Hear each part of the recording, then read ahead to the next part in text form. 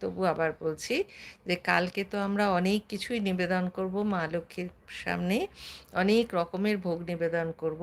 কিন্তু আমরা যদি একটু কেশর দিয়ে পায়েসটা যখন রান্না করি, আমরা তো সবাই পায়েস নিবেদন করি, পায়েস লুচি তো কম্পালসারি দেবই না? তো পায়েসটা যখন রান্না করছি, সেই পায়েসের মধ্যে চালের পায়েস কিন্তু, সেমাই পায়েস না, চালের পায়েস। তার ভেতরে একটু ১ কি ২ পাপড়ি ফেললেই হবে কেশরের, একটু লালচে, লালচে রং হয়ে যাবে। সেই পায়েস পায়েসটা একটা অনেকের বাড়িতেই কিন্তু রূপোর বাটি আছে। কিন্তু আমি ইন জেনারেল সবার জন্য আমি নিজের মতো করে যেটুকু বুঝেছি, কাঁচের বাটিতে দিলেও কোনো অসুবিধা নেই।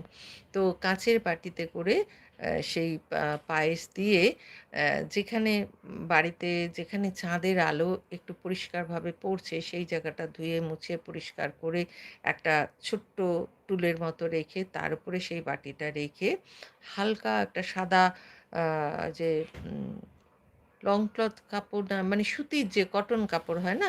সেই সাদা কাপড় ধুয়ে শুকনো করে ওটা ওর উপর দিয়ে ঢাকা দিয়ে রাখতে হবে। সারারাত রাখতে পারলে ভালো, নয়তো ২-৩ ঘন্টা পূর্ণিমা শুরু হওয়ার পর ২-৩ ঘন্টা, ২ ঘন্টা বা ৩ ঘন্টা রেখে আমরা ওটাকে তুলে নিয়ে আসবো।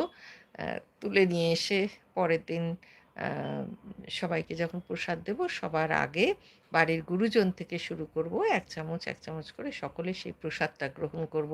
চাঁদের আলোতে বলছেন যে মা লক্ষ্মী, তার তো আগমন ঘটবেই ঘটবে।